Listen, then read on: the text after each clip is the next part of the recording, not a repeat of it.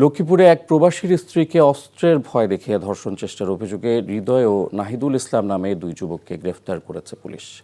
সদর উপজেলার উত্তর হামসাদি গ্রামে এই ঘটনা ঘটে। পুলিশ জানায়, ওই গৃহবধূর স্বামী আসামি হৃদয়ের কাছ থেকে দেশে থাকা অবস্থায় ১,০০০ টাকা ধার নেয়। সে টাকা দিতে শিশু সন্তান সহ গতরাতে হৃদয়ের বাড়িতে যান তিনি। এই সময় হৃদয় গৃহবধূকে রুমে ডেকে নিয়ে ধর্ষণের চেষ্টাকালে তার শিশু সন্তান চিৎকার করে ওঠে। শিশুটিকে অন্য কক্ষে বেঁধে রাখতে গেলে গৃহবধূ পালিয়ে যাওয়ার চেষ্টাকালে হৃদয় দৌড়ে তাকে ধরে ফেলে। গৃহবধূ চিৎকার করলে প্রতিবেশীরা এলে পালিয়ে যায় হৃদয়।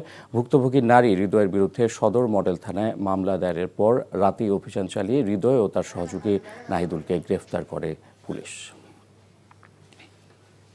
এই ঈদে জামা জুতো অ্যাক্সেসরিজের ডিসকাউন্ট